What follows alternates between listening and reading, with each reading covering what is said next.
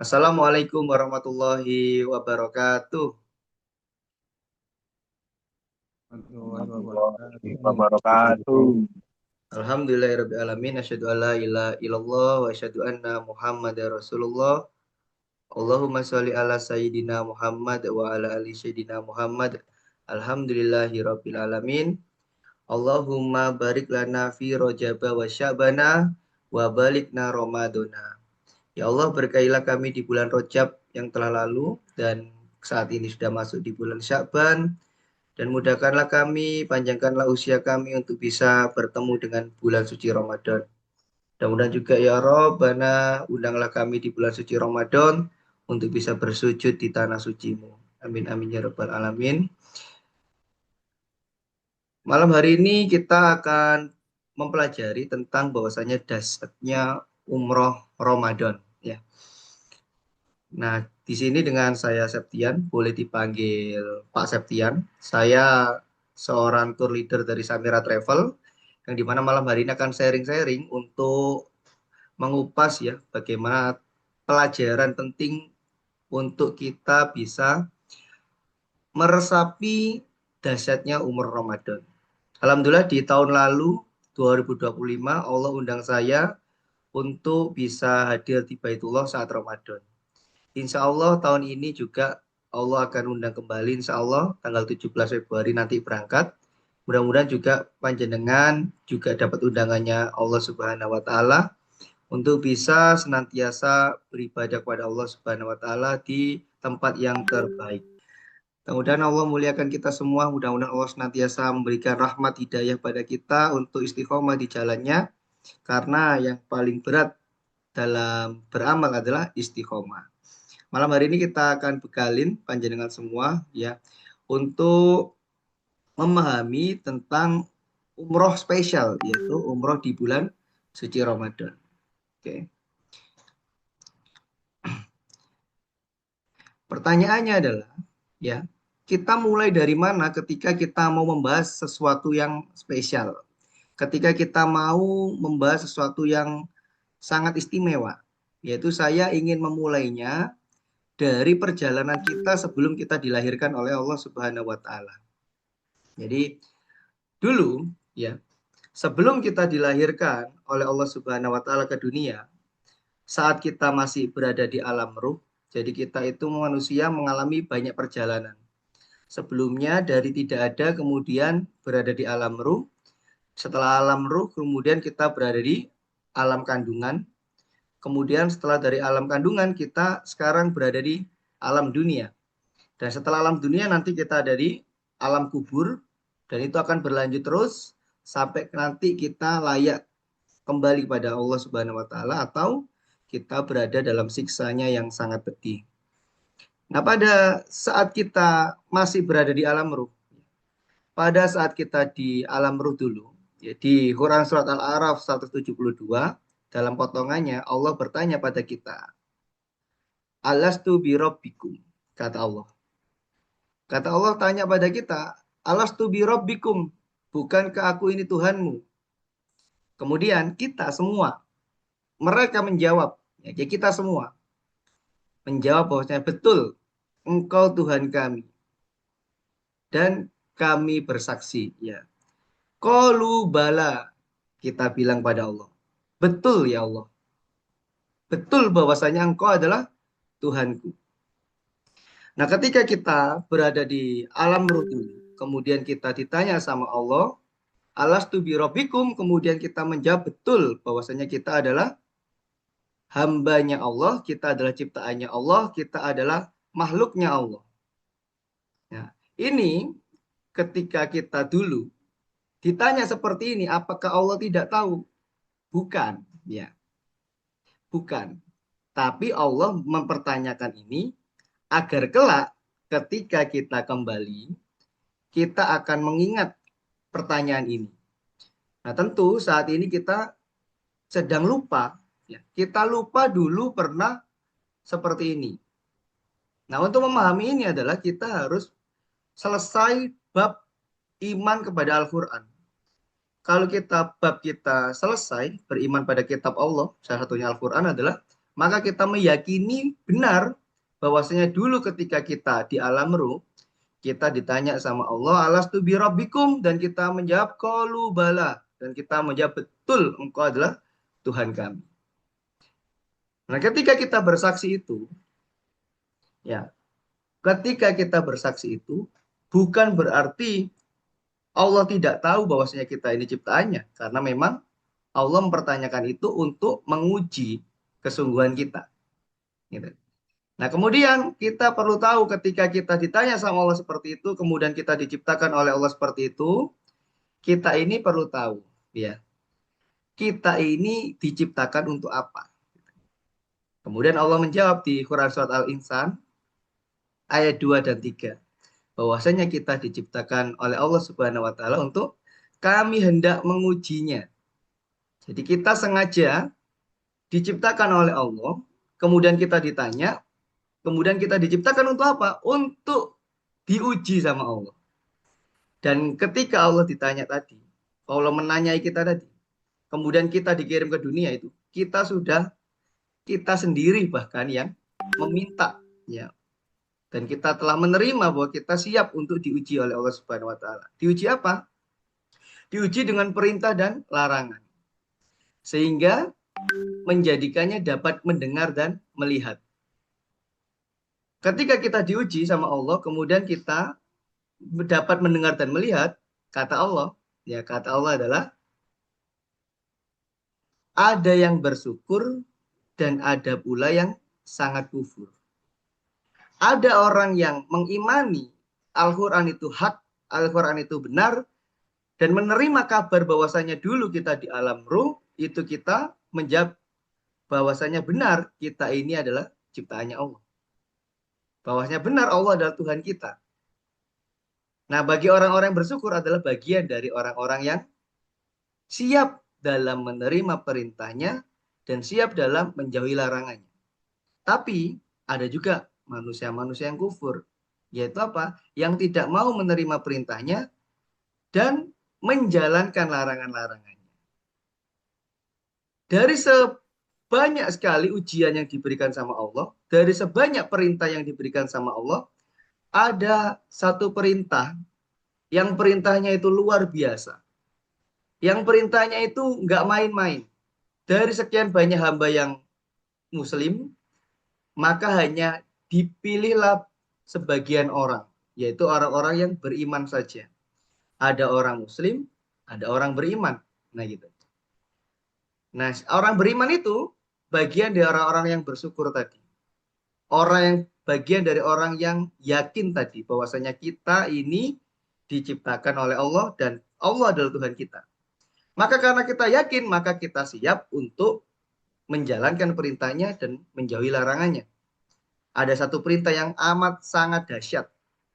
Perintahnya adalah wa atimul hajja wal umrota lillah. Perintahnya ini sangat jelas berada dalam Al-Quran, surat Al-Baqarah 196. Kata Allah, Allah berfirman, dan sempurnakanlah haji dan umroh karena Allah. Ini adalah salah satu perintah yang luar biasa yang ada dalam Al-Quran. Dan karena adanya perintah ini dalam Al-Quran, maka bagi mazhab Imam Syafi'i, itu mengambil bahwasanya hukum umroh adalah wajib. Jadi ketika banyak orang Indonesia mengaku mazhabnya Imam Syafi'i, tapi perihal umroh masih memilih umroh adalah seruan sunnah. Padahal kalau kita mazhabnya Imam Syafi'i ada memilih umroh itu hukumnya wajib. Kenapa? Karena seruannya atau perintahnya ada dalam Al-Quran. Di Quran Surat Al-Baqarah 196. Wa atimul hajja wal umrota lillah. Dan sempurnakanlah haji dan umroh karena Allah. Karena kita tadi diciptakan, kemudian kita ditanya sama Allah, benar aku ini Tuhanmu, dan kita bilang, betul ya Allah, engkau adalah Tuhanku. Kemudian kita diajarin, kita dikasih tahu, kita diberi informasi bahwasanya kami hendak mengujinya dengan perintah dan larangan. Dan ini adalah bagian dari perintah yang diujikan pada kita. Dan ketika ada perintah yang diujikan, pasti akan ada dua orang hamba. Yang pertama adalah hamba yang bersyukur, pasti hamba yang menaati perintahnya dan menjauhi larangannya. Dan ada pula hamba yang kufur, pasti hamba yang tidak menaati perintahnya, justru menjalankan larangannya. Jadi perintah umroh ini adalah perintah wajib. Perintah wajib yang dimana kita sangat paham hukum wajib itu seperti apa. Maka ketika kita tahu bahwasanya hukum umroh adalah wajib, kita perlu tahu ya, kenapa kita harus segera umroh. Saya ucapkan selamat buat panjenengan yang sudah pernah umroh. Dan saya doakan buat panjenengan yang belum pernah umroh, mudah-mudahan Allah undang panjenengan. Karena ini adalah perintah wajib dan harus disegerakan. Redaksinya bukan untuk yang mampu, tapi untuk yang berusaha mampu. Mudah-mudahan yang hadir malam hari ini bagian dari hamba-hamba Allah yang berusaha mampu. Mampu itu banyak, mampu perihal finansialnya, mampu perihal fisiknya, mampu perihal ilmunya. Dan malam hari ini panjenengan hadir di sini mudah-mudahan berusaha mampu perihal ilmu. Dan kita doa bersama dulu sebelum melanjutkan. Mudah-mudahan Allah yang sudah pernah diundang kita syukuri. Mudah-mudahan Allah undang kita kembali. Yang belum diundang, mudah-mudahan Allah segera undang. Bismillahirrahmanirrahim. Fatihah. A'udzubillahi minasyaitonirrajim. Ghairil maghdubi alaihim waladdallin. Amin. Nah, kenapa kita harus bersegera? Karena kita tahu bahwasanya tadi adalah kita diciptakan Allah, kemudian kita berikrar bahwa Allah adalah Tuhan kita, kemudian kita paham bahwasanya kita diciptakan untuk menjalankan perintahnya dan untuk meninggalkan larangannya. Dan kita tahu ada satu perintah yang amat gamblang jelas berada dalam Al-Quran. Yaitu perintahnya apa? Ya, perintahnya adalah untuk haji dan umroh. Dan itu untuk mazhab Imam Syafi'i mengambil itu adalah hukumnya wajib. Nah, karena hukumnya wajib, kita perlu bersegera. Gitu. Kita sangat perlu bersegera. Jangan pernah kita menganggap diri kita nggak mampu. Karena diri kita itu selalu senantiasa diciptakan sama Allah dengan komponen terbaik. Kalau kita berikhtiar, kalau kita mau, pasti mampu. Tapi kalau kita sudah merasa kalah, kita sudah merasa tidak mampu, tidak berdaya, kita kehilangan Allah, maka ya tidak akan pernah mampu. Tapi kalau kita ingat bahwasanya setiap yang menyeru pasti memberi bekal. Setiap yang menyeru pasti memberi bekal. Saya tanya ke panjenengan, buat yang kerja di perusahaan, apabila panjenengan dapat tugas dari Allah, dari atasan panjenengan, misalnya katakanlah namanya Pak Septian gitu ya. Pak Septian ini kerja di perusahaan, berada di Surabaya. Kemudian pada suatu ketika bosnya memerintahkan Pak Septian untuk dinas luar kota ke Jakarta. Pertanyaannya, ketika seorang bos tadi, seorang atasan tadi memerintahkan Pak Septian untuk dinas ke luar kota ke Jakarta, apakah transportasinya sudah disiapkan atau belum? Pertanyaannya itu. Kemudian dikasih uang lembur atau tidak? Kemudian dikasih akomodasi yang lain atau tidak? Pertanyaannya itu. Coba dijawab di kolom komentar. Apabila Pak Septian seorang yang kerja di Surabaya, kemudian diminta tugas ke Jakarta, apakah sama bosnya disuruh modal sendiri atau sudah dibekalin sama kantornya? Pasti dikasih. Nah, sudah siapin semua, ya. Jadi akomodasinya disiapin, penginapannya disiapin, uang lemburnya disiapin, semuanya disiapin. Itu aja bos dan itu aja manusia. Apalagi kalau Allah. Pertanyaannya, kita balik dulu ke slide sebelumnya ya.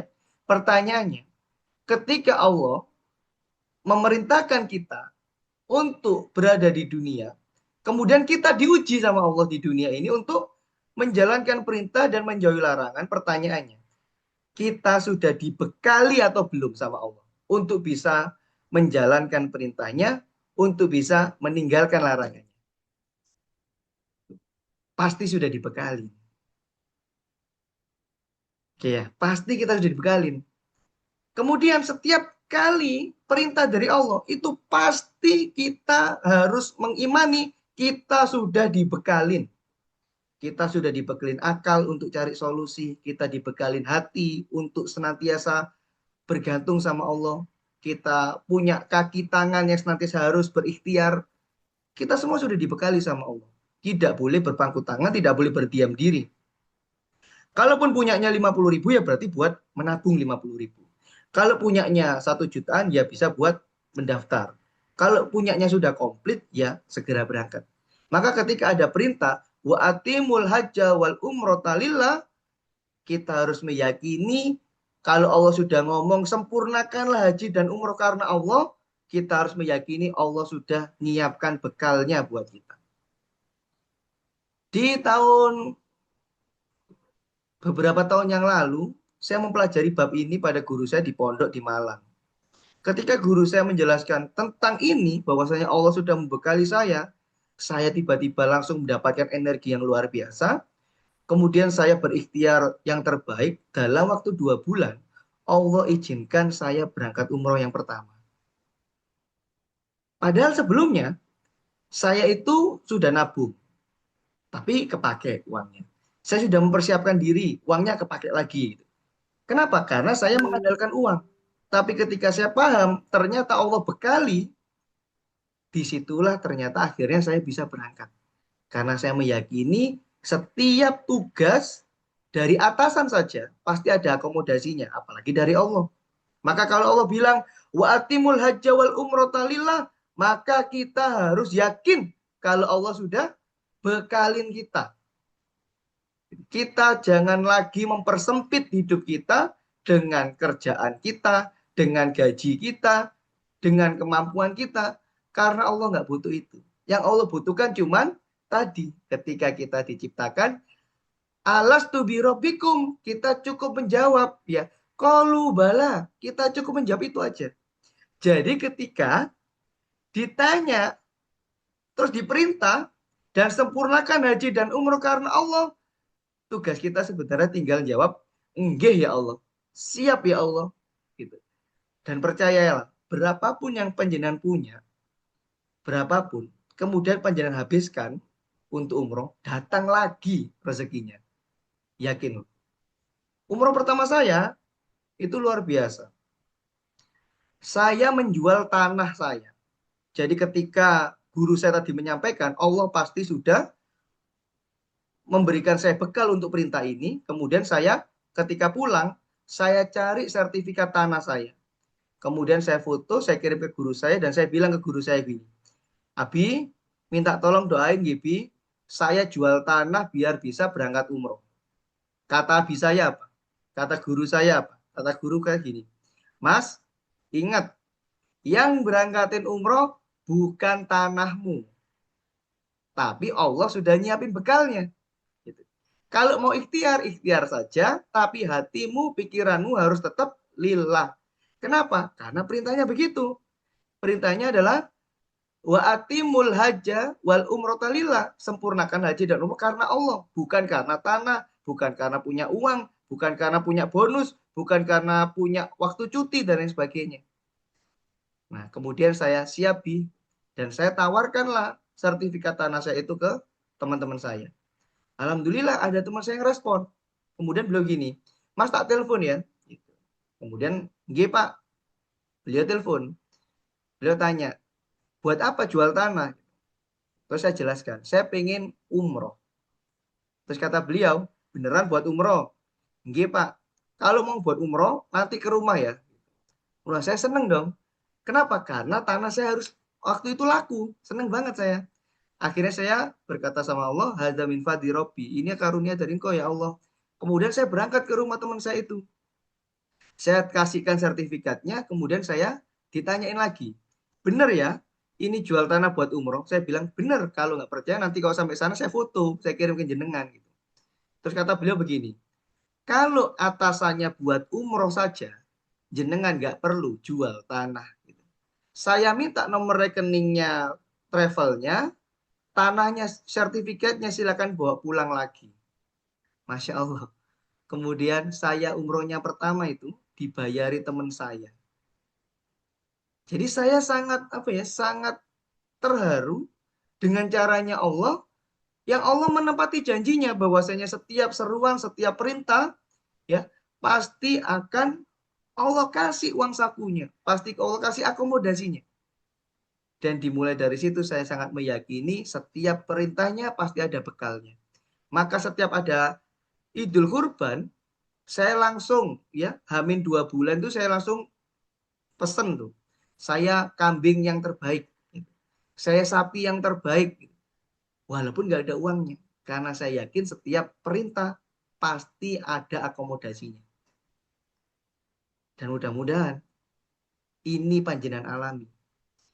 Walaupun itu mungkin panjenengan akan menguras celengan, yakin nanti dikembalikan sama Allah. Walaupun nanti panjenengan melakukan apapun, pasti diganti sama Allah. Kenapa? Karena perintah bos saja ada akomodasinya, masa perintah Allah nggak ada akomodasinya? Gitu. Nah sekarang kalau kita sudah paham ini, maka kita perlu menggali. Kita perlu menggali bahwasanya kenapa kita harus segera umroh. Yang pertama adalah, kata Rasul SAW di hadis riwayat Ibnu Majah, orang-orang yang berhaji dan berumroh adalah tamu-tamunya Allah. Ya. Orang-orang berhaji dan berumroh adalah tamu-tamunya Allah. Allah memanggil mereka, lalu mereka menjawab panggilannya. Pertanyaan saya begini, panggilan Allah itu datang setiap hari atau datang sekali kemudian nggak datang lagi? Saya tanya ke panjenengan. Panggilannya Allah itu datang setiap hari atau hanya datang sekali dan nggak datang lagi? Ini pertanyaannya. Betul. Nah, panggilan Allah itu datang setiap hari. Hanya saja telinga kita, mata kita, hati kita, indera kita ini tidak mampu menangkap sinyal-sinyal panggilannya Allah. Kenapa? Barangkali banyak dosa-dosa kita, banyak salah-salah kita, sehingga kita nggak mampu untuk mendengarnya. Karena, karena kenapa kok panggilannya setiap hari? Karena Baitullah itu, ya, Baitullah itu perlu penjagaan, perlu banyak umat beriman yang senantiasa tawaf, yang senantiasa sujud, yang senantiasa melakukan ibadah dan beramal soleh di sana. Karena itu penjagaannya dunia. Maka dipanggilnya setiap hari. Maka orang berdatangan ke sana itu setiap hari. Nggak pernah sepi, nggak pernah berhenti. Pasti ada aja yang datang. Itu adalah bukti bahwasanya sejatinya panggilan itu ada setiap hari. Saking,nya kebanyakan orang merasa belum dipanggil. Sehingga mereka nggak jawab panggilannya. Nah mudah-mudahan ya kita semua dipanggil oleh Allah Subhanahu wa Ta'ala. Kita semua bisa mendengarkan panggilannya Allah Subhanahu wa Ta'ala. Karena kita dipanggil cuma 3 kali. Yang pertama, kita dipanggil untuk waktu sholat. Ya. Hayya 'alas sholat. Ya. Hayya 'alas sholat. Itu panggilan yang pertama. Panggilan yang kedua adalah ini. Labaik Allahumma labaik. Labaik la syarika laka labaik. Ini panggilan yang kedua. Yang pertama panggilan sholat. Yang kedua panggilan ke Baitullah. Dan yang ketiga adalah panggilannya innalillahi wa innalillahi rajiun. Yaitu panggilan ke rahmatullah. Mudah-mudahan sebelum kita pulang ke rahmatullah, kita pulang dulu ke Baitullah. Yang kedua, kenapa kita harus segera umroh? Karena kata Rasulullah SAW di hadis riwayat Tirmizi, iringilah haji dengan umroh, karena keduanya menghapus kemiskinan dan dosa. Sebagaimana api tungku menghilangkan karat pada besi. Saya tanya kepada panjenengan semua yang hadir pada Zoom malam hari ini. Ketika yang berkata adalah Rasulullah, perkataan ini ada benarnya atau pasti benar? Panjenengan tulis dulu di kolom komentar. ketika ini adalah hadis perkataan Rasulullah yang diriwayatkan secara sahih, perkataan Rasulullah itu ada benarnya atau pasti benar? Pasti Amin. benar. Nah, oke. Karena kita semua sudah yakin, karena kita beriman sama Allah, beriman sama Rasulullah, maka kita bedah di sini. Kata Rasulullah, iringilah haji dengan umroh. Karena keduanya menghapus kemiskinan dan dosa-dosa. Pertanyaannya, kalau redaksinya menghapus kemiskinan, berarti yang butuh umroh, yang sudah kaya atau yang masih miskin? Butuh umroh. Butuh umroh. Yang butuh umroh, yang sudah kaya atau yang masih miskin? But- Kalau dari redaksi ini. Ya, iringilah haji dengan umroh karena keduanya menghapus kemiskinan. Ya, berarti Rasul ini memanggil siapa? Kalau Allah memanggil semua hamba, kalau Rasulullah di sini ngasih benefit menghapus kemiskinan, berarti yang diutamakan, yang dipanggil-panggil sama Rasulullah dalam hadisnya, berarti yang masih miskin. Yang masih miskin karena menghapus kemiskinan redaksinya. Dan kita tahu ini redaksinya pasti benar. Jadi kalau panjenengan masih miskin, bagus. Berarti panjenenganlah yang diharapkan Rasulullah untuk hadir ke Baitullah. Kalau panjenengan Amin. masih punya hutang, bagus. Berarti panjenenganlah yang dirindukan sama Rasulullah untuk dihapuskan kemiskinan panjenengan. Dan kemudian, dan dosa. Pertanyaannya, berarti yang dikehendaki sama Rasulullah, yang datang ke Baitullah, yang sudah bersih dari dosa atau yang masih berdosa? Si berdosa. Yang diundang sama Rasulullah berarti yang masih berdosa. Saya mau tanya ke panjenengan semua. Pernah nggak dengar begini? Saya belum siap berangkat. Kenapa? Karena dosa saya masih banyak. Pernah dengar nggak kayak gitu? Ada orang takut berangkat umroh karena dosanya banyak. Sering dengar ya? Padahal kalau dosanya banyak, justru itu dia harus segera umroh. Kenapa? Karena biar dihapus dosanya. Jadi kalau pengen dihapus dosa, ya segera berangkat. Nah, pertanyaannya, kalau orang masih miskin, terus ragu untuk berangkat, kemudian orang masih berdosa, kemudian ragu untuk berangkat, pertanyaannya, orang ini sudah betul-betul beriman sama Rasulullah atau meragukan Rasulullah?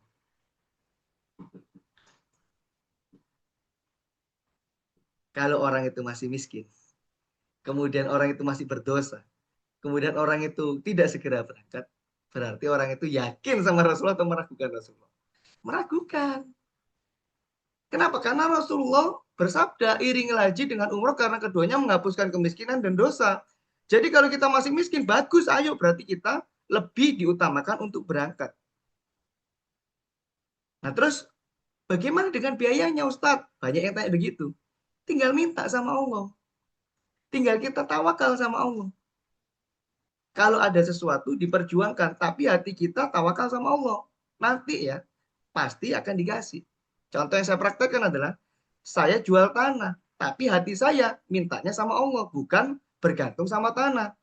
Hasil akhirnya, tanah saya nggak kejual, saya tetap berangkat umroh, dibiayai sama teman saya itu. Dan unik sekali, kenapa teman saya membiayai saya umroh? Karena beliau setiap tahun itu dulu umroh sama istri pertamanya yang sudah meninggal.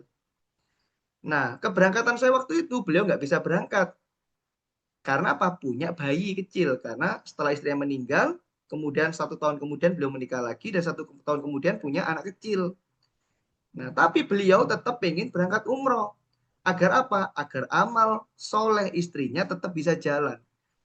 Istrinya dulu setiap kali umroh selalu berangkat dan membagi-bagikan buka puasa di Masjidil Haram. Karena beliau nggak bisa berangkat, Dan karena saya pengen berangkat, akhirnya saya diberangkatkan. Selain diberangkatkan, saya dikasih uang saku sama beliau untuk beli buka puasa dibagikan di Masjidil Haram. Dan keberangkatan umroh saya besok, itu beliau sudah WA lagi. Mas berangkat lagi enggak? Nggih Pak, berangkat lagi. Saya titip lagi amanah almarhum nggih. Dan insya Allah besok akan saya jalankan lagi. Dan mudah-mudahan panjenengan dikasih akomodasi sama Allah dengan caranya Allah. Dan saya nggak tahu caranya seperti apa. Yang saya tahu cuman panjenengan harus yakin setiap diseru ada akomodasinya. Panjenengan harus yakin setiap perkataan Rasulullah pasti benar. Kalau Rasulullah bilang menghapuskan kemiskinan, berarti Rasulullah pengen yang miskin yang berangkat. Kalau Rasulullah ngomong menghapus dosa, berarti Rasulullah pengen yang berdosa yang berangkat. Biar apa? Biar yang miskin pulang jadi kaya, kemudian jadi dermawan, kemudian jadi ahli sedekah. Yang berdosa biar dosanya habis, kemudian jadi pendakwah, menyampaikan kebaikan. Agar apa? Agar agama Islam senantiasa semakin tersebar luas. Kemudian, kenapa kita harus segera bisa umroh? Harus menyegerakan kenapa? Karena sholat di Masjidil Haram lebih utama daripada 100.000 sholat di masjid lainnya. Di hadis riwayat Ahmad. Saya tanya panjenengan, lagi-lagi, perkataan Rasulullah ada benarnya atau pasti benar? Maka kalau Rasulullah menyatakan sholat di Masjidil Haram lebih utama daripada 100.000 sholat di masjid lainnya, maka ini pasti benar. Kalau pasti benar, ya ayo berangkat. Nanti akan saya jelaskan kenapa kita harus berangkat. Dan yang kedua adalah, sholat di masjidku ini atau Masjid Nabawi itu lebih utama daripada 1.000 sholat di masjid lainnya, kecuali Masjidil Haram. Pengkhususan Masjid Nabawi, ini ada masjid lama, ada masjid baru. Buat panjenengan kalau nanti berangkat umrohnya sama kami, sama saya, selama bulan suci Ramadan, saya akan mengajak panjenengan ya mentadaburi mana masjid lama, mana masjid baru. Dan Rasulullah ketika menyampaikan ini, sholat di Masjidil Haram lebih utama daripada 100.000 sholat di masjid lainnya. Ini gampang nyarinya. Kenapa? Karena itu pasti di depan Ka'bah atau di area Ka'bah. Itu yang disebut dengan Masjidil Haram. Tapi kalau Masjid Nabawi, yang dimaksud 1.000 sholat di masjid lainnya, ini yang mana? Nah, gitu. Kalau ijtihad baru, ya seluruh Masjid Nabawi. Tapi kalau pendapat ulama yang lain, ada yang berpendapat bahwasanya ngomongnya dulu Rasulullah di masjid lama. Nah, manakah masjid lama? Nah, biasanya sama travel-travel itu tidak dijelaskan secara rinci. Karena ada ijtihad baru yang penting dalam Masjid Nabawi berarti bagian dari 1.000 sholat di dalam masjid itu. Tapi kalau sama saya, insya Allah kan saya jelaskan. Yang dimaksud 1.000 Masjid Nabawi itu masjid yang mana? Itu adalah masjid lama.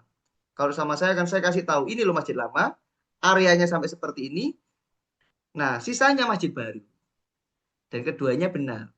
Di masjid lama juga 1.000 kali, di masjid baru juga 1.000 kali. Tapi, karena kita punya bekal ilmunya lebih luas, insya Allah kita lebih bisa merasakan kehadirannya Rasulullah Shallallahu Alaihi Wasallam.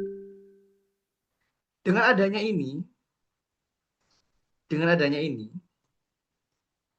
maka kita mudah-mudahan makin semangat untuk mensegerakan diri untuk berangkat.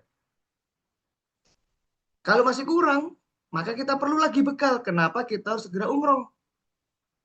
Karena kata Rasulullah SAW hadis riwayat Ibnu Majah, sesungguhnya Allah menurunkan setiap hari 120 rahmat di Baitullah, di Ka'bah.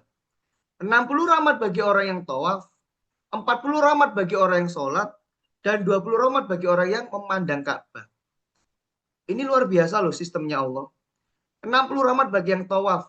Nah, Allah tahu ada yang sudah sepuh, yang sudah lansia, yang sudah tidak kuat banyak-banyak tawaf. Maka dikasihlah rahmat, 40 rahmat bagi yang sholat.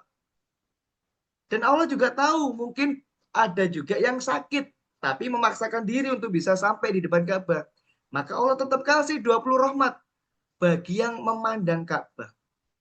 Hanya mandang aja loh, nggak ngapa-ngapain, nggak pakai zikir, ya, nggak pakai capek, cuman mandang aja. Tapi Allah kasih kita 20 rahmat.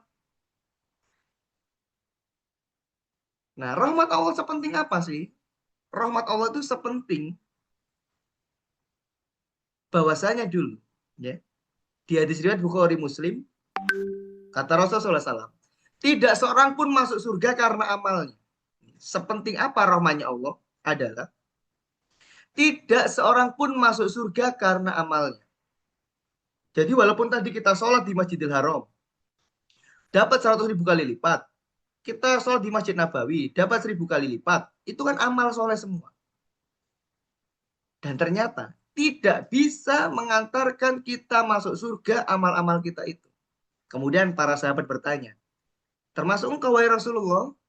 Beliau menjawab, termasuk aku.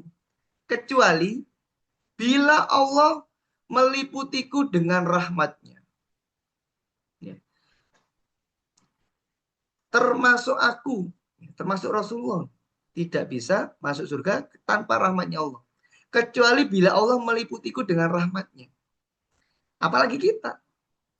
Oleh sebab itu, Allah itu sangat luar biasa. Sudah amal soleh kita dilipat gandakan, kemudian rahmatnya dihujan deraskan. Sehingga kita bisa beramal soleh, dan kita juga bisa dapat rahmatnya. Mudah-mudahan kita yang sudah menjalankan ibadah umroh, jadi pribadi yang lebih baik, pribadi yang istiqomah, dan pribadi yang mendapatkan rahmatnya Allah Subhanahu wa Ta'ala. Dan mudah-mudahan kita semua yang hadir malam hari di Zoom ini juga kelak bisa bertetangga di surganya Allah Subhanahu wa Ta'ala. Amin amin ya rabbal alamin. Nih, masih tentang kenapa harus segera umroh. Ini harus kita tebelin, kita harus yakinin, kita harus benar-benar pahamin bahwasanya dalam tafsir Ibnu Katsir disebutkan bahwa ketika Nabi Shallallahu Alaihi Wasallam, ya, Nabi Musa alaihissalam bermunajat kepada Allah. Nabi Musa itu memohon rahmat kepada Allah. Beliau memohon agar rahmat Allah ditetapkan bagi kaumnya. Siapakah kaum Nabi Musa? Siapakah kaum Nabi Musa? Kaum Nabi Musa adalah Bani Israel. Ya. Nabi Musa itu memohon pada Allah, bermunajat pada Allah. Agar apa? Agar kaumnya dikasih rahmat sama Allah. Kenapa? Karena Nabi Musa paham juga. Tidak bisa masuk surga tanpa rahmatnya Allah. Namun, Allah menjelaskan bahwasanya rahmat yang sempurna dan luas akan ditetapkan bagi suatu umat di akhir zaman. Bukan untuk umatnya Nabi Musa. Saya jelaskan lagi ya. Bahwasanya Allah menjelaskan bahwasanya rahmat yang sempurna dan luas akan ditetapkan bagi suatu umat di akhir zaman. Bukan umatnya Nabi Musa. Terus umatnya siapa? Umatnya Nabi Muhammad Sallallahu Alaihi Wasallam. Maka Allah menyebutkan sifat-sifat umat tersebut yang mendapat rahmat. Ini coba cek di diri kita. Kita sudah punya sifat gini atau belum? Kalau belum, ya ayo kita memperbaiki diri. Yang pertama, mereka beriman kepada Allah dan Rasul-Nya. Yang namanya beriman, kalau ada seruan, diambil atau dihindari. Yang pertama, kata Allah ciri-ciri orang yang bisa mendapatkan rahmat adalah mereka yang beriman pada Allah dan Rasul-Nya. Pertanyaannya, orang yang beriman pada Allah dan Rasul-Nya adalah ketika ada seruan, dia segera mengambil atau dia menghindari. Ngambil segera. Kemudian, mereka mengikuti Nabi yang ummi. Kita tentu ngikutin dong. Sholatnya Nabi kita ikutin. Puasanya Nabi kita ikutin. Semua kita ikutin. Kemudian dosa-dosa mereka diampuni. Karena apa? Karena menjalankan tadi. Kemudian amal mereka sedikit, tapi diberi pahala besar. Ini luar biasanya. Ciri-ciri umat yang dapat rahmat nanti di akhir zaman adalah yang amalnya sedikit, tapi diberi pahala besar. Saya tanya ke panjenengan, amal apa yang sedikit, tapi pahalanya besar? Ya tadi salah satunya, amal umroh. Sholat cuma 2 rakaat, dapat 100.000 kali lipat. Ya, sholat setelah subuh, ya, nunggu syuruk, kemudian sholat 2 rakaat, pahalanya setara umroh. Sholat di Masjid Kuba 2 rakaat, asal berwudu dari rumah, itu senilai dengan umroh. Sedikit sekali amalnya, tapi pahalanya besar. Kemudian mereka diperintahkan kebaikan dan dicegah dari kemungkaran. Kemudian beban-beban berat yang ada pada umat sebelumnya diringankan. Ketika Nabi Musa alaihissalam mendengar keutamaan umat ini, maka beliau berkata, "Wahai Robku, jika mereka adalah umat Muhammad, maka jadikanlah aku termasuk dari mereka." Bayangkan, kita kita ini, semua ini yang hadir di Zoom malam hari ini, kita semua dicemburui oleh Nabi Musa. Nabi Musa iri dengan kita. Nabi Musa pengen jadi umatnya Rasulullah. Nabi Musa pengen menjalankan syariat-syariatnya Rasulullah. Nabi loh itu. Dan tidak sembarang nabi loh. Nabi Musa adalah nabi yang penerima kitab. Beliau nabi yang penerima kitab. Masya Allah. Tapi beliau justru kepengen jadi umatnya Rasulullah. Kepengen mendapat seruannya Rasulullah. Kepengen menjalankan amalannya Rasulullah. Pertanyaannya, kita yang sudah jadi umatnya Rasulullah, ketika saya bercerita begini, ketika saya menyampaikan tafsir Ibnu Katsir ini, pertanyaannya, bergetar atau tidak hati kita? Kepengen berangkat atau tidak panjenengan? Kepengen bersegera atau tidak? Panjenengan ini dicemburui Nabi Musa. Kalau Nabi Musa jadi umatnya Rasulullah, pasti langsung sekarang itu ambil koper budal. Pasti Rasulullah langsung berangkat pasti. Pasti Nabi Musa langsung berangkat. Karena beliau jelas gamblang ngomong, "Wahai Robku, jika mereka adalah umat Muhammad, maka jadikan aku termasuk dari mereka." Masya Allah. Nah, ketika hati panjenengan bergetar, ketika panjenengan sekarang ingin berangkat, berdoalah. Karena di sini saatnya gerbang-gerbang pembatas itu terbuka. Yang kemarin panjenengan mungkin mikir biaya, sekarang sudah kebuka, berdoalah. Mintalah rezeki sama Allah. Dan sekarang adalah walaupun kita tersekat ruang dan waktu, mudah-mudahan termasuk dalam majelis ilmu, yang dimana banyak malaikat di antara kita, di kanan kiri kita, yang dimana siap mengaminkan doa-doa kita. Amin ya Rob. Kabulkan doa sahabat-sahabat saya yang hadir di Zoom malam hari ini. Amin ya Allah. Kabulkanlah doa semuanya nih ya Allah. Monggo minta sama Allah. Monggo jenengan batin. Monggo jenengan minta. Minta sama Allah.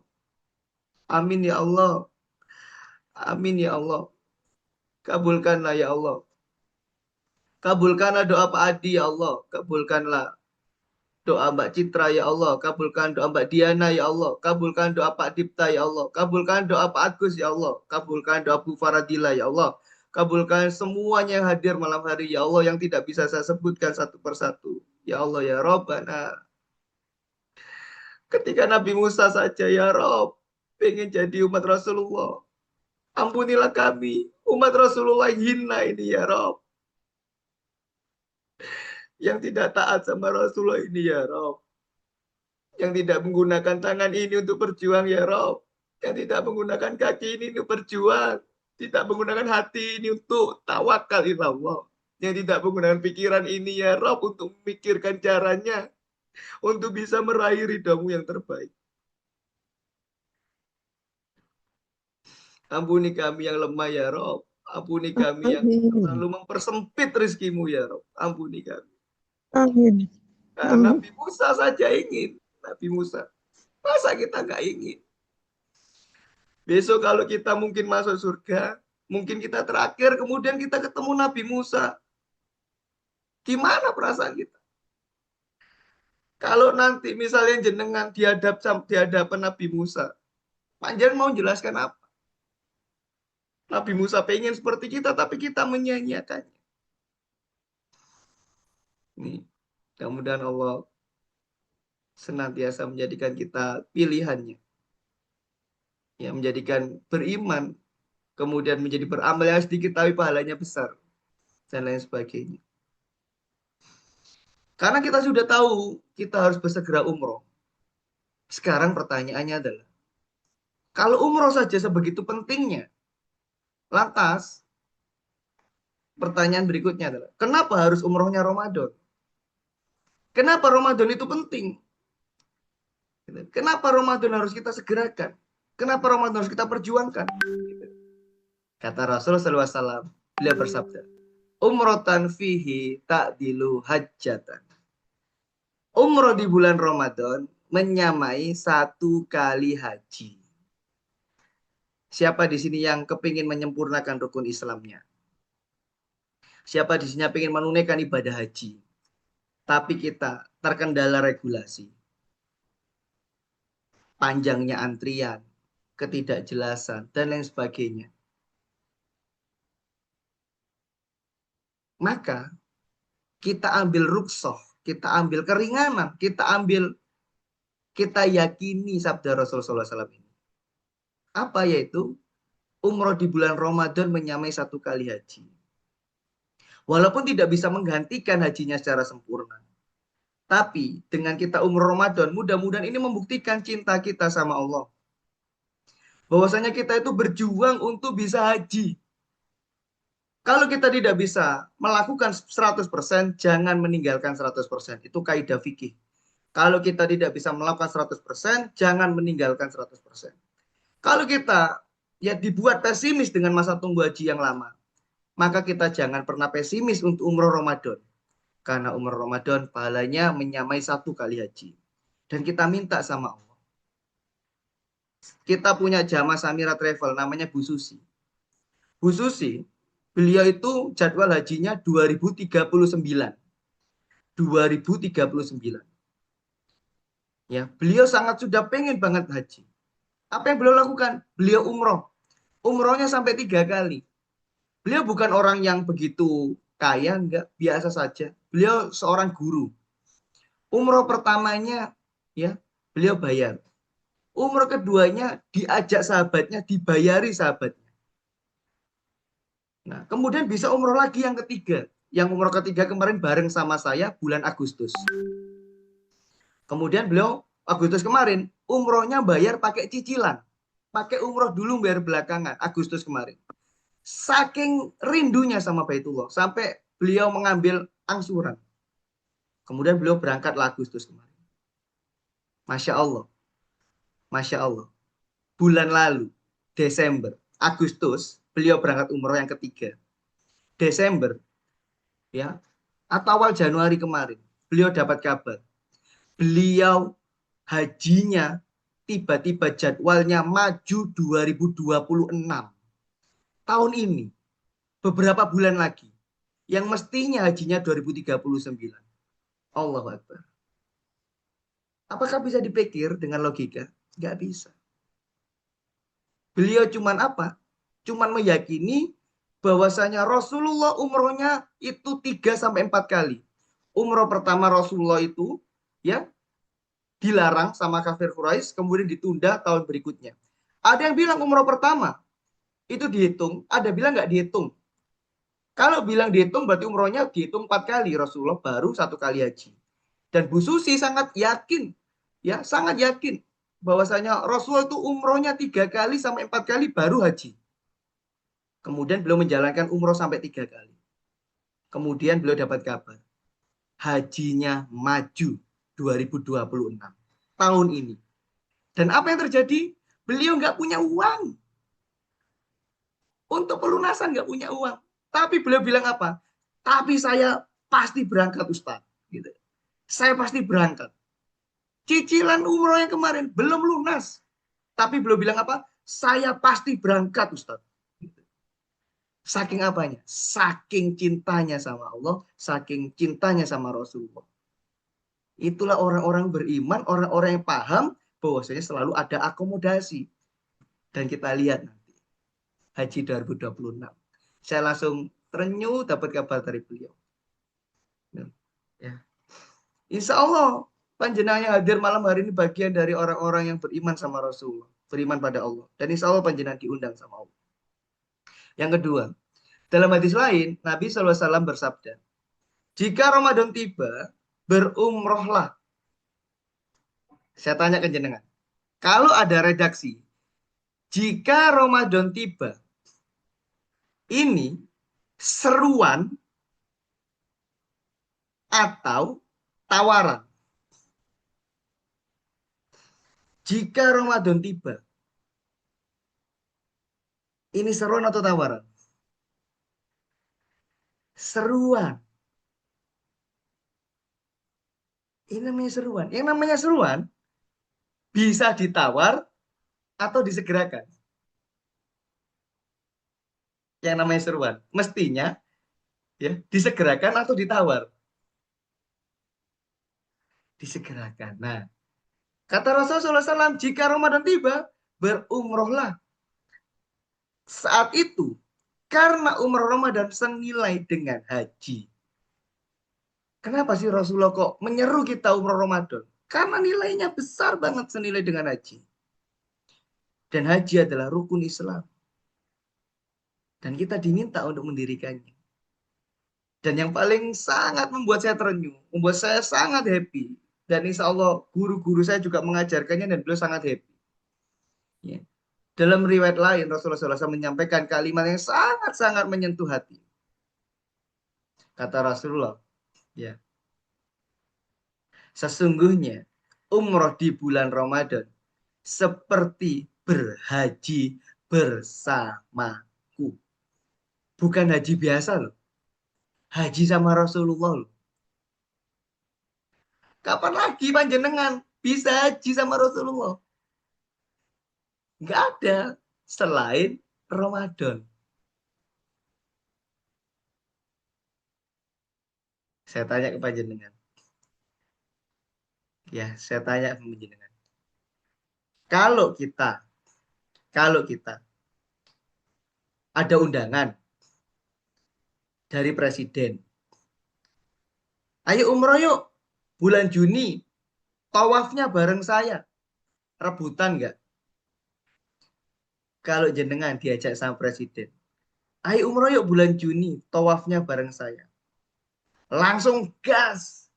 Meskipun belakang sendiri nggak kelihatan tangannya presiden nggak apa-apa. Nggak salaman nggak apa-apa. Pokoknya dalam rombongannya. Bener nggak?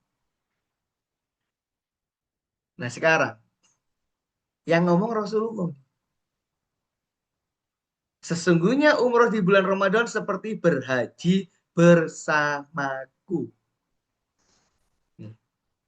Mestinya kita rebutan atau kita nunda. Rebutan. Dan saya tanya, kalau panjenengan rebutan diundang presiden, pulangnya dikasih bingkisan atau enggak sama presiden? Kalau ada acara bareng presiden, pulangnya bawa bingkisan enggak? Bawa sangu enggak? Bawa amplop enggak? Pasti dikasih, pasti bawa. Sekarang pertanyaannya, yang ngundang Rasulullah, yang ngajak haji sama-sama itu Rasulullah. Sungguhnya umroh bulan suci Ramadan seperti berhaji bersamaku. Kira-kira kita pulang, kita dapat sangu rahmat yang nilainya biasa, yang nilainya cuma 120 rahmat, yang nilainya cuma 60 rahmat, nilainya cuma 40 rahmat, cuma 20 rahmat, atau berlipat-lipat dari yang dijanjikan.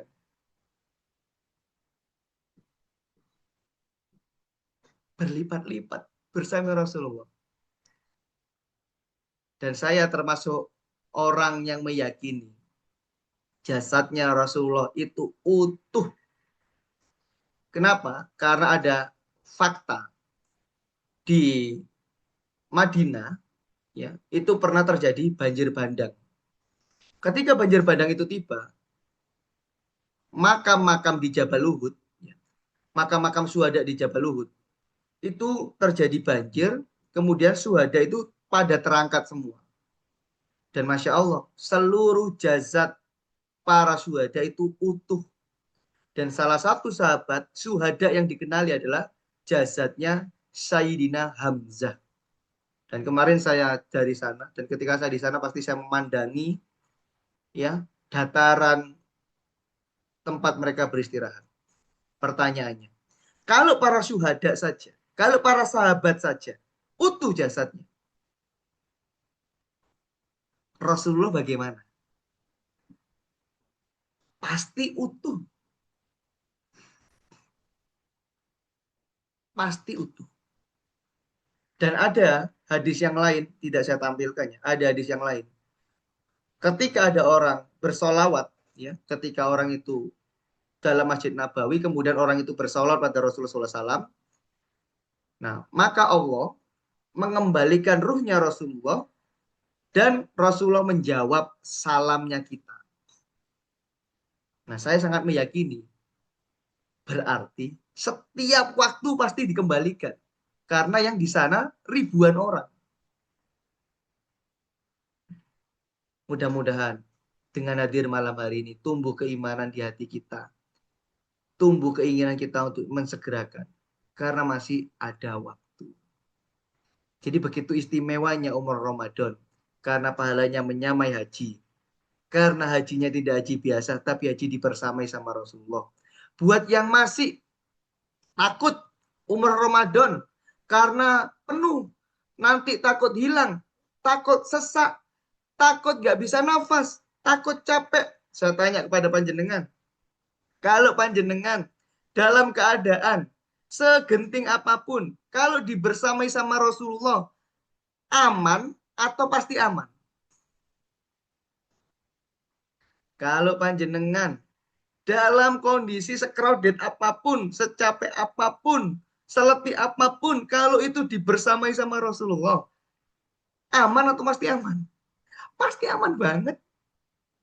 Jadi, lupakan bisikan-bisikan setan yang ngomong, nanti crowded, nanti capek, nanti ini, nanti itu. Lupakan. Kenapa? Karena kita dibersamai sama Rasulullah. Kalau kita dibersamai, mentalitas kita harusnya pasti aman. Pada suatu ketika, seorang sahabat, siapa sahabat Rasulullah yang ketika perang tidak pernah kalah itu? Sayyidina, aduh saya lupa. Jadi ada sahabat Rasulullah. Itu ketika perang, tidak pernah kalah. Tapi pada suatu ketika, beliau itu, perang sudah mau dimulai. Tapi beliau masih di dalam tenda dan mencari-cari. Ketika itu para sahabat yang lain bertanya, wahai sahabat, apa yang sedang kau cari? Ternyata beliau sedang mencari rambutnya Rasulullah SAW. Khalid bin Walid. Nah, Khalid bin Walid. Jadi ini lagi kisahnya Khalid bin Walid. Khalid bin Walid itu sudah saatnya perang. Beliau masih berada di dalam tenda. Kemudian ditanya sama para sahabatnya, wahai Khalid bin Walid, kenapa kau tidak segera memimpin pasukan? Kata Khalid apa? Sebentar, saya kehilangan sesuatu. Apa itu yang hilang? Apakah senjata atau apa? Ini lebih baik daripada senjata. Ternyata yang hilang adalah rambutnya Rasulullah SAW. Ternyata Khalid bin Walid rahasianya tidak pernah kalah perang karena di topinya ada rambutnya Rasulullah Shallallahu Alaihi Wasallam. Kemudian ketika rambut itu ketemu, kemudian sama Khalid bin Walid dimasukkan ke dalam topinya, kemudian beliau memimpin pasukan dan pasukannya menang. Kalau rambutnya Rasulullah saja, tidak Allah ridhoi untuk sampai ya dikalahkan sama musuh, untuk sampai dijatuhkan sama musuh. Apalagi ini Ramadan, nanti kita umrohnya dibersamai sama Rasulullah. Jadi mentalitas kita harus kayak Khalid bin Walid. Mentalitas kita harus seperti itu. Dan mentalitas kita harus kayak Abu Bakar. Kalau memang harus saya korbankan seluruhnya untuk Rasulullah, maka saya akan korbankan. Itulah mentalnya orang-orang yang beriman. Maka umroh Ramadan ini sangat amat istimewa. Karena yang pertama adalah Ramadan adalah bulan penuh berkah. Ramadan adalah bulan rahmat, bulan ampunan, bulan pembebasan dari api neraka. Maka setiap amal kebaikan dilipat gandakan pahalanya. Dan istimewa lagi, umroh Ramadan akan melatih kesabaran, melatihkan ketakwaan, melatihkan keikhlasan. Kalau kita masih sering marah, ayo berangkat umroh Ramadan. Kalau kita masih sering kecewa, ayo berangkat umroh Ramadan. Kalau kita sering naik turun imannya, ayo berangkat umroh Ramadan. Kalau kita sering nggak ikhlas, ayo berangkat umroh Ramadan. Karena ini tempat kita berlatih hal-hal penting itu. Karena ibadah umroh sambil berpuasa, menahan lapar, haus, lelah, adalah letak kemuliaannya. Semakin berat perjuangannya, semakin besar pahala yang Allah siapkan. Yang paling penting, umroh Ramadan adalah artinya mengikuti sunnah Rasulullah Shallallahu Alaihi Wasallam. Rasulullah SAW tidak hanya menyebutkan keutamaannya, tapi menganjurkan secara langsung. Dan melaksanakan umroh di bulan Ramadan berarti kita memilih jalan yang beliau cintai. Yang Rasulullah seru. Dan mendekatkan diri kepada Allah dengan ibadah yang dicontohkan Rasulullah SAW. Sampai di sini. Siapa yang hatinya bergetar dan kepingin banget untuk berangkat umroh Ramadan, tulis di kolom komentar. Kalau hati panjenengan bergetar, kalau jiwa Anda lagi damai, saatnya ini panjenengan berdoa. Jenengan mohon ampun sama Allah. Jenengan ucapkan Robbana zolamna anfusana wa ilam taghfir lana wa tarhamna lanakunanna minal khosirin. Rabbi inni zolamtu nafsi fa'firli. Rabbi inni zolamtu nafsi fa'firli. Mudah-mudahan Allah senantiasa menguatkan panjenengan. Ayo berangkat. Karena begitu istimewanya umroh di bulan suci Ramadan. Nah, di 2026 ini adalah momentum. Umroh Ramadan 2026 ini momentum. Kenapa? Karena umrohnya awal tahun. Awal tahun adalah waktu yang tepat kita untuk memperbaiki diri. Waktu yang tepat kita untuk melakukan kebaikan, beramal soleh di awal tahun ini. Iya, Gus. Dan mudah-mudahan panjenengan semua bisa berangkat di umroh bulan suci Ramadan. Nih, izin ya mengajak panjenengan di luar sana ya banyak travel, tapi kami berani berjanji sama jenengan, kami siap melayani panjenengan yang terbaik ya. Untuk berangkat bulan suci Ramadan nanti bersama Samira Travel, yang paling istimewa adalah kita tidak sekedar umroh, tapi kita juga mengajak panjenengan sampai cium Ka'bah.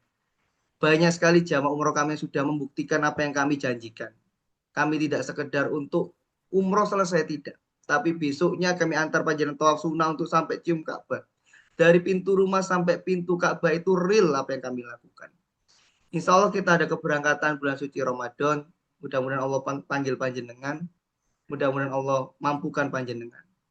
Umroh di bulan suci Ramadan nanti kita ada beberapa hal kebaikan yang bisa kita share pada panjenengan. Yang pertama, ada gratis kereta cepat buat panjenengan. Yang kedua, ada gratis zam-zam 10 liter. Di luar Ramadan zam-zamnya cuma 5 liter. Untuk Ramadan nanti zam-zamnya 10 liter. Kenapa 10 liter? Karena nanti Syawal mungkin banyak keluarga yang datang. Biar seluruh keluarga panjenengan kebagian zam-zam. Maka dapatnya 10 liter. 5 liter diberikan saat pendaftaran, 5 liter diberikan saat kepulangan. Panjenengan minta zam-zam 5 liter tambahnya ke mitra masing-masing yang mengundang panjenengan kajian malam hari ini. Yang ketiga, ada gratis uang saku rial sebanyak 125 rial per jamaah. Yang keempat, gratis pengiram koper dan perlengkapan umroh ke semuanya, ke seluruh Indonesia. Jenengan di Papua, jenengan dimanapun, gratis kirim kopernya.